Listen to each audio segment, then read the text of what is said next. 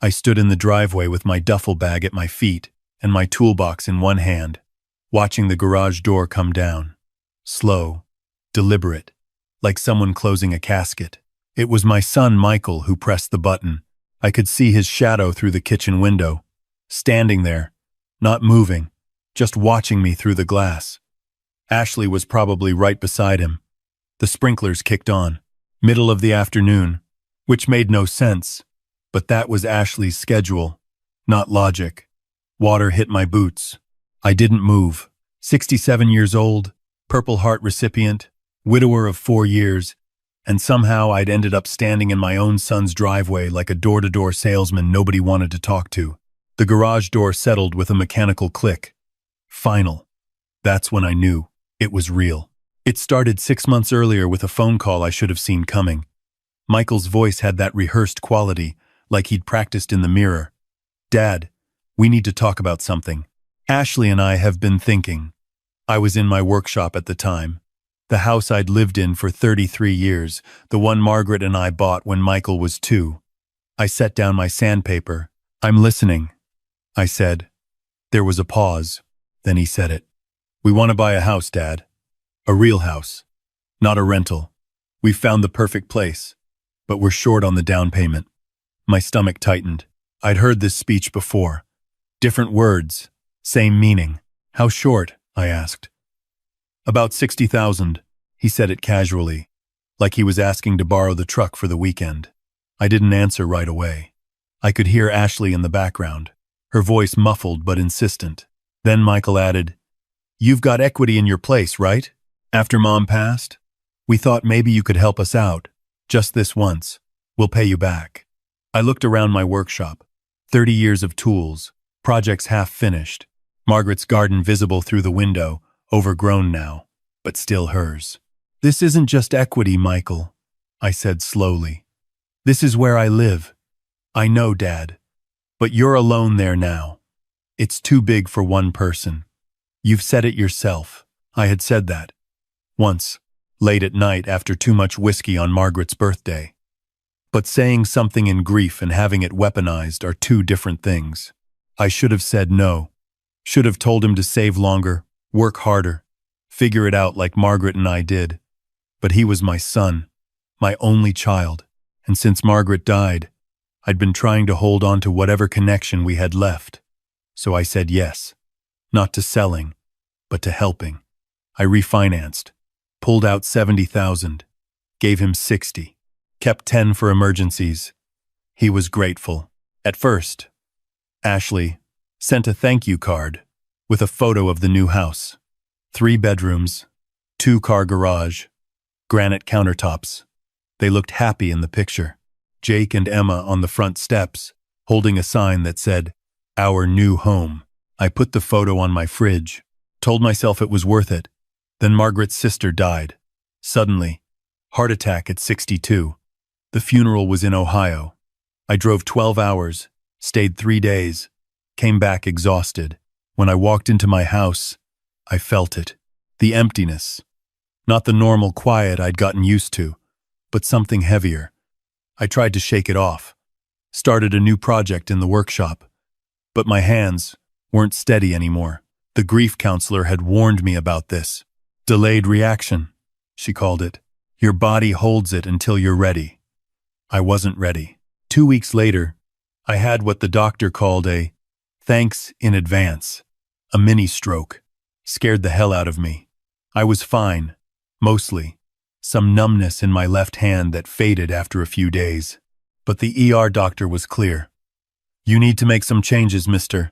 Patterson. Less stress. Maybe not live alone." I called Michael from the hospital, told him what happened, tried to downplay it. He showed up an hour later with Ashley. They looked concerned, the right amount of concern. "Dad, you can't be alone anymore," Michael said. "What if this happens again?" I waved him off. "I'm fine." The doctor said it was minor. Ashley stepped forward.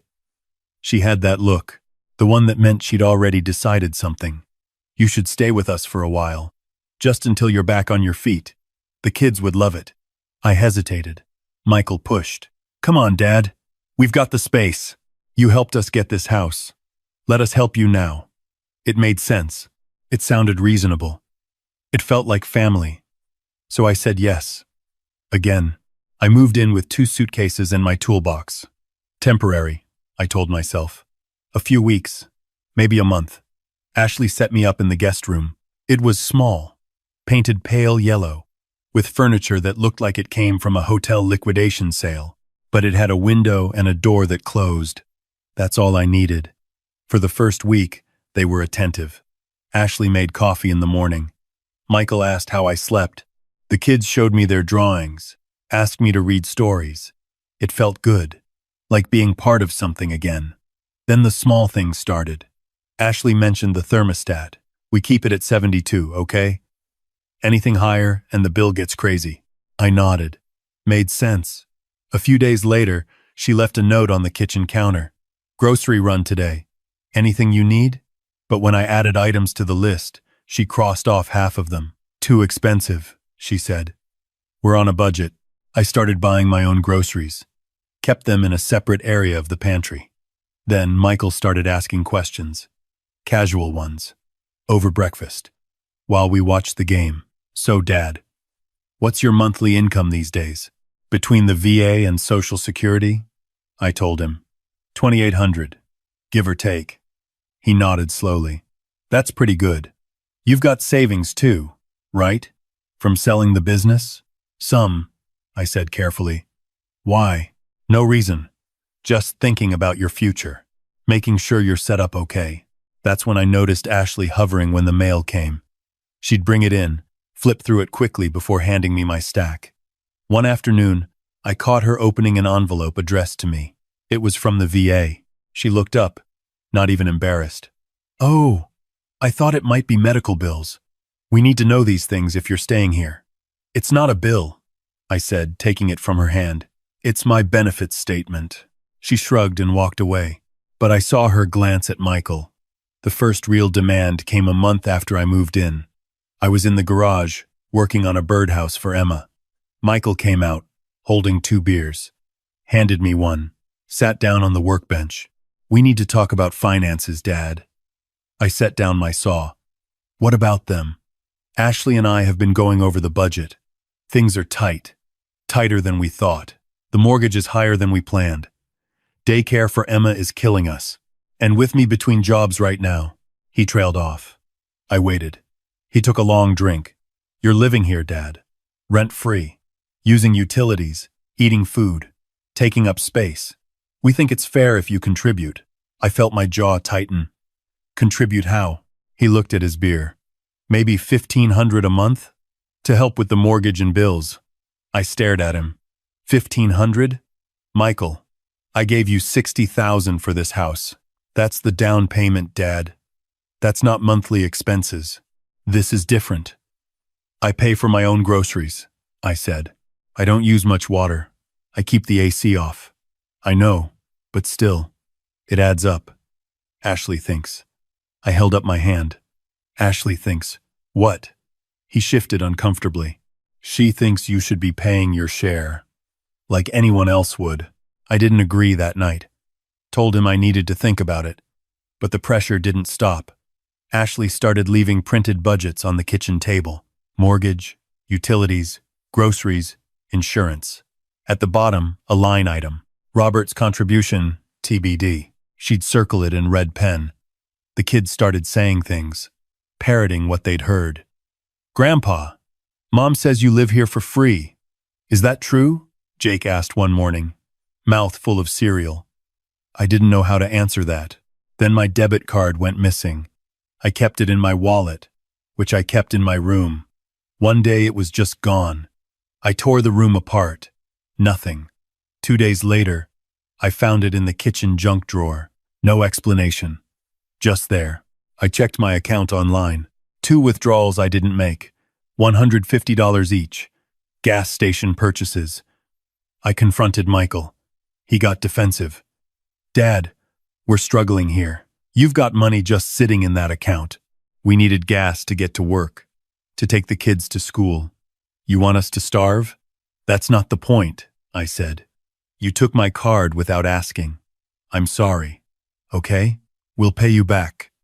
They didn't. I changed my PIN. Started keeping my wallet in the toolbox in the garage. Locked.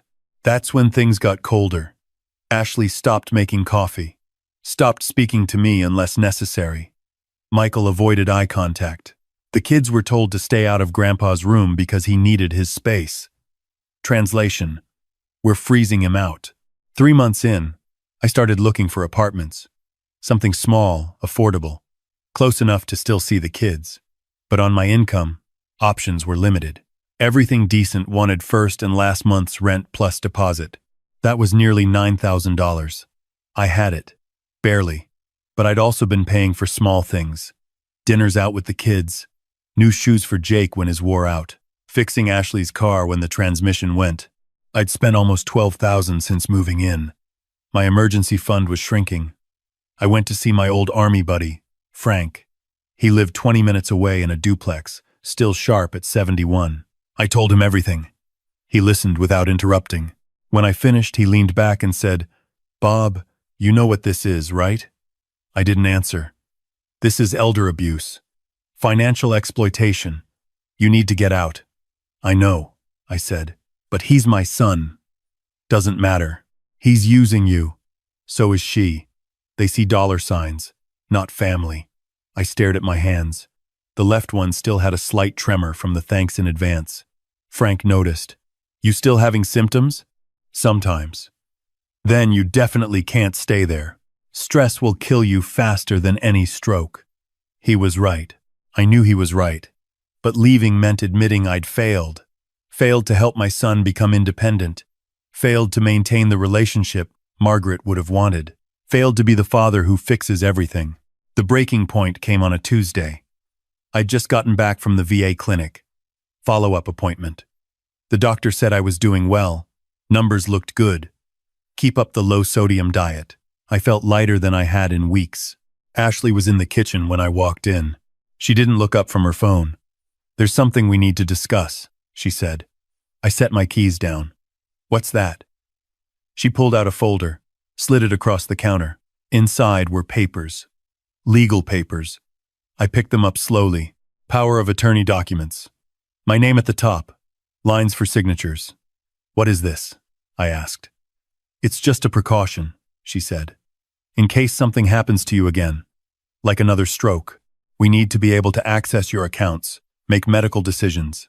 I flipped through the pages. Full financial power, medical power, everything.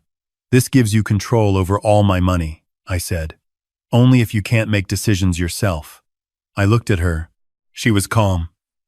Too calm. This had been planned. "I'm 67, Ashley. Not 90. I'm fine. For now. But what if you're not? What if you have a real stroke next time? We can't help you if we can't access anything. I don't need this kind of help." She sighed, like I was being difficult. "Robert, we're trying to protect you." "No," I said.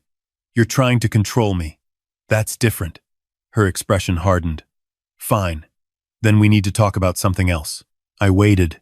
"If you're not going to contribute financially, and you're not going to let us manage your affairs, then maybe this arrangement isn't working." "Are you asking me to leave?" "I'm saying we can't keep supporting you for free. You need to either pay your share or find somewhere else to live." "How much?" I asked. She pulled out another paper. A printed budget. Highlighted in yellow. $2,000 a month. Rent and utilities. I felt my chest tighten. That's more than half my income. That's what it costs to live here. I gave you $60,000 for this house. That was a gift. This is rent.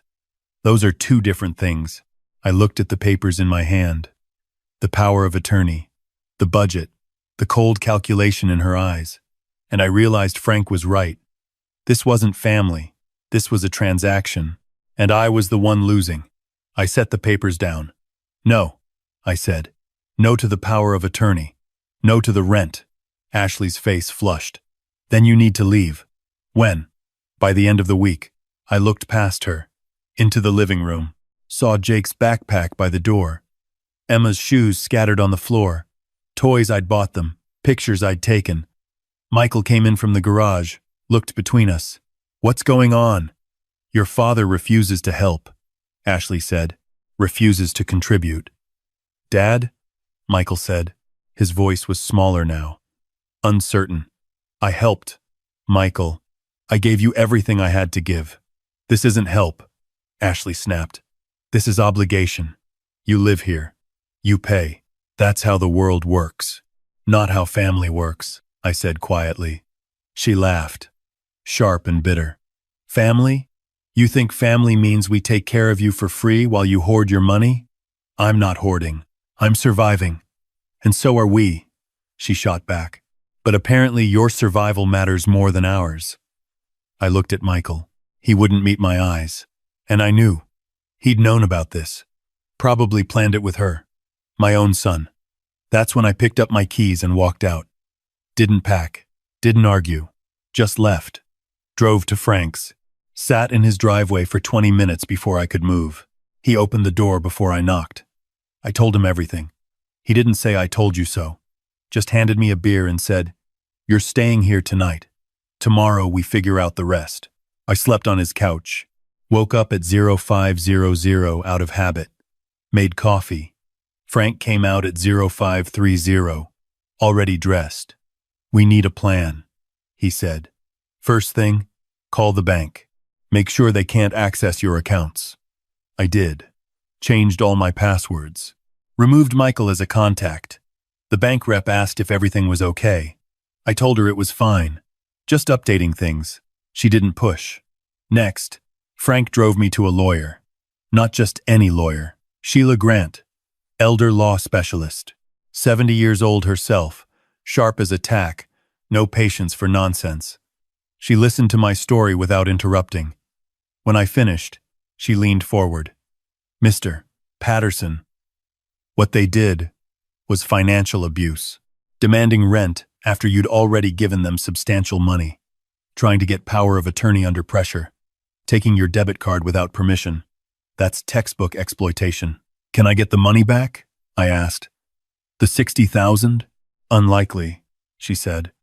That was a gift, legally speaking, unless you can prove it was a loan with repayment terms. I can't. Then it's gone. But, she continued, we can make sure they don't get another dime, and we can make sure you're protected going forward. She helped me draft a new power of attorney, named Frank as my agent, medical and financial. If something happens, he decides. Not Michael. Not Ashley. We also changed my will. I'd had everything set to go to Michael. Now it went into a trust for Jake and Emma. They'd get it at 25. Not before. Their parents couldn't touch it. Is this revenge? Sheila asked me. I thought about it. No, I said. It's protection. Good answer, she said. Finding an apartment took a week. Frank helped me look. We found a one-bedroom in a senior community. Quiet, clean, affordable. $1,400 a month including utilities. It wasn't much. 600 square feet. But it was mine. No one could take it. No one could demand more. I signed the lease. Moved in with what I had at Frank's. Then I went back to Michael's house to get the rest. It was a Saturday. I knew they'd be home. I knocked. Ashley answered. Didn't open the door all the way. Yes? I'm here for my things. She looked back into the house, then stepped outside, pulling the door closed behind her. Your things are in the garage, already packed. I felt something cold settle in my stomach. You packed my things? We figured you weren't coming back. I walked past her. She didn't stop me. The side door to the garage was unlocked. Inside, I found my duffel bag, my toolbox, and 3 cardboard boxes. Everything I'd brought. Everything I'd accumulated in 4 months, packed neatly. Labeled in Ashley's handwriting, Robert's belongings, like I was a tenant who'd been evicted. I loaded them into Frank's truck. He'd insisted on coming with me. Good thing, too. I don't think I could have done it alone. As I picked up the last box, Michael came out. He stood in the doorway, didn't come closer. Dad, he said. I looked at him. He looked like a stranger, someone I used to know. This didn't have to happen like this, he said. Yes, it did, I replied, because this is who you've become. That's not fair. You're right. It's not fair. None of this is fair. But it's done. I closed the truck bed, walked to the passenger side. Michael called out, "The kids are asking about you." "Then, let me see them." Ashley says, "Not right now. Maybe later. When things calm down." I stopped, turned back. "When things calm down? Or when you need money again?" He flinched. "That's not." I held up my hand. "Take care of your family, Michael. I'll take care of myself." The apartment was quiet that first night. I sat in the single chair I'd bought at Goodwill, eating Chinese takeout from a foam container, looking at bare walls. Frank had helped me set up the bed, hung a few pictures, but it was still empty, still unfamiliar. My phone buzzed, a text from a number I didn't recognize. Then I realized, Jake. He must have used Ashley's phone. "Grandpa, where did you go?" I stared at the message, typed and deleted 3 responses. Finally settled on, "I moved to a new place. I'm okay." Why? Because sometimes grown-ups need their own space. "Can I visit?" I wanted to say yes, wanted to say come right now, but I knew Ashley would never allow it. Not yet. Maybe not ever. Someday. I typed, "I love you, buddy. Love you too, Grandpa." The conversation ended. I set the phone down, stared at the wall. For the first time since Margaret died, I cried. Not for her, for this, for what I'd lost, for what my son had become, for the grandkids who'd grow up thinking I'd abandoned them. But I also felt something else. Relief. The constant tension was gone. The calculations, the demands, the feeling of being watched and measured. Gone. I could breathe. Over the next month, I built a routine. Coffee at 0600. Walk around the complex. Breakfast. Then projects. I'd set up a small workbench in the corner of the bedroom. Started building again. Small things. Picture frames. A jewelry box for no one in particular. Just the act of creating. At night, I'd sit on the small balcony, watch the sunset, think about Margaret, wonder what she'd say about all this. Knowing her, she'd have confronted Michael months ago, told him to grow up, told Ashley where to stick her budget spreadsheets. Margaret never backed down. I'd always admired that. Frank visited twice a week, brought groceries, checked my blood pressure, made sure I was taking my medications. "You doing okay?" he'd ask. "I'm doing okay," I'd say. And I meant it. Not great, not happy, but okay. Stable. The first call from Michael came 5 weeks after I'd left. I almost didn't answer. Finally did on the 4th ring. "Yeah? Dad. It's me." "I know." There was a pause. "How are you?" "Fine. Listen, I wanted to talk." "About what?" "About everything. About what happened." I waited. Ashley was. She was under a lot of pressure. We both were. And we handled it badly. "That's an understatement," I said. "I know. And I'm sorry. For all of it." I wanted to ask if he'd told Ashley to apologize too, if she even thought she'd done anything wrong. But I didn't. "Are you sorry because you mean it?" I asked. "Or because things are hard again?" "What? Have you found a job yet, Michael?" "That's not." "Answer the question." There was a long silence. Then, "Not yet. So things are tight." "Yes.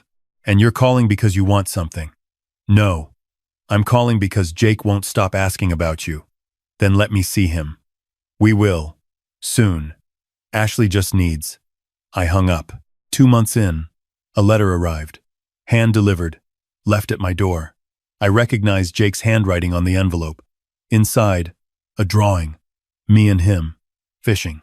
Something we'd done once. Before I moved in with them. At the bottom, in careful print, "I miss you, Grandpa. When can we go fishing again?" I put it on my fridge. The only decoration I had. That night, I called Sheila. "What are my rights?" I asked. "Regarding the kids?" She was quiet for a moment. "In terms of visitation? You're the grandparent. In most states, you can petition for visitation rights, but it's a legal battle. Could take months, and it might make things worse." I thought about that. About court. About forcing Michael and Ashley to let me see the kids. About the damage it would do. What would Margaret do? I asked. More to myself than Sheila. She laughed softly. I didn't know your wife. But based on what you've told me, she'd find a way around them. Not through them. Around them. She was right. So I started planning. 3 months after I'd left, I showed up at Jake's school, just before dismissal, waited by the fence. When he came out, he saw me immediately. His face lit up. Grandpa! He ran over. I knelt down. Hey, buddy, what are you doing here? I came to see you. Can we get ice cream? I looked around. Didn't see Ashley's car yet. We've got about 15 minutes, I said. Let's make it quick. We walked to the corner store, got him a chocolate cone, sat on the bench outside. He told me about school, about his new friend Marcus, about how Emma had lost her first tooth. The whole time, I watched the clock. At 14 minutes, I walked him back. Ashley's car was pulling up. She saw me. Her expression went hard. Jake ran to the car. Grandpa bought me ice cream. She looked at me over his head. This isn't okay, she said. He's my grandson, not according to our boundaries. I stepped closer. Lower voice. You can keep me from your house, Ashley, but you can't keep me from him. Not legally, not morally. She started to respond. I cut her off. I'll see him every Tuesday. After school. You can be there or not. Your choice. But I'm not disappearing. She wanted to argue. I could see it. But Jake was watching, and she wasn't going to make a scene in front of the school. Fine, she said through gritted teeth. Tuesdays. 1 hour. Public place. Deal. That became our routine. Every Tuesday, 3 p.m., I'd meet Jake at the park near his school. Sometimes Emma came too. Sometimes just Jake. We'd talk. Play. I'd ask about homework. About friends. About life. Never about his parents. Never put him in the middle. After 6 weeks of this, Michael showed up. Sat down on the bench next to me, while Jake played on the swings. I didn't know you were doing this, he said. Ashley didn't tell you? No. I watched Jake. He was laughing at something another kid said. Your son misses you, Michael said quietly. I miss him too. Michael was quiet for a long moment. Then, I'm sorry, Dad. For real this time. I know what Ashley did. What we did. It was wrong. I nodded. Didn't look at him. I got a job, he continued. Good one. Sales position. Steady income. Things are better now. Good. We could use your help, though. With the kids. Babysitting sometimes. If you're willing. I turned to him then. Is Ashley okay with that? He nodded. It was her idea, actually. She knows she screwed up. I doubted that. But I didn't say it. I'll think about it, I said. That's all I'm asking. He stood up, started to walk away, then turned back. Do you hate us? The question surprised me. No, I said. I don't hate you. I'm disappointed. But I don't hate you. He nodded slowly, then left. I didn't go back to their house. Not to live. Not even for long visits. But I did start babysitting. Once a week. I'd pick up the kids, take them to my apartment. We'd build things in my workshop corner. Emma liked painting the wood. Jake liked hammering. I taught them things Margaret had taught Michael. How to measure twice, cut once. How to be patient with mistakes. How to fix what breaks.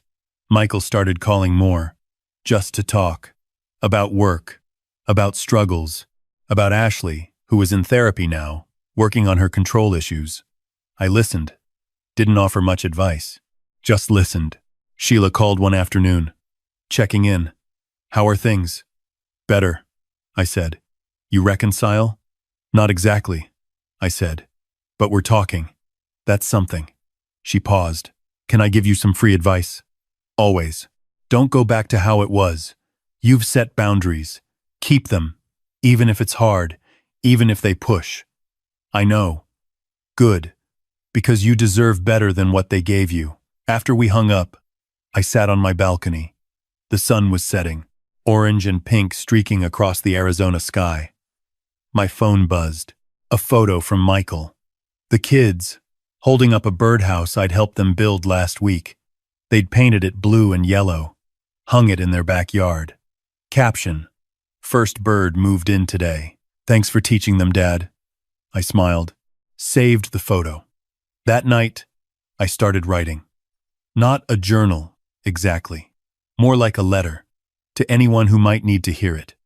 I wrote about what happened, about the choices I made, the ones I regretted, the ones I didn't. At the end, I wrote this.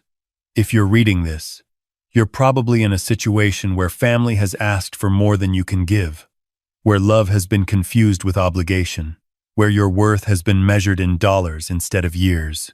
I want to tell you something. It's okay to say no. It's okay to set boundaries. It's okay to choose yourself, even when it feels selfish. Especially when it feels selfish. Because family isn't about how much you sacrifice. It's about how much you're respected. And if they can't respect you without your money, they don't really see you at all. I left. I rebuilt. I set boundaries. And I survived. You can too. I printed it, put it in a folder, didn't know what I'd do with it. Maybe nothing. Maybe send it to one of those online support groups Frank had mentioned. Maybe just keep it as a reminder. The next Tuesday, I picked up Jake and Emma. We went to the park. Ashley was there, sitting on a bench with coffee, watching, not interfering, just watching. I waved. She nodded back. It wasn't friendship. It wasn't forgiveness, but it was acknowledgement. And for now, that was enough. As I pushed Emma on the swing, I thought about Margaret, about what she'd think of all this. I'd like to believe she'd be proud, not of how it started, but of how I finished it. Standing up, setting limits, protecting myself. Maybe that's the real legacy. Not the money we leave, not the houses we buy, but the boundaries we build. The lines we refuse to let anyone cross, no matter how much we love them. I pushed Emma higher. She squealed with joy, and I smiled. Because this, right here, was freedom. Not the absence of family, but the presence of respect. And that, I'd learned, was worth more than any amount of money I could have given them.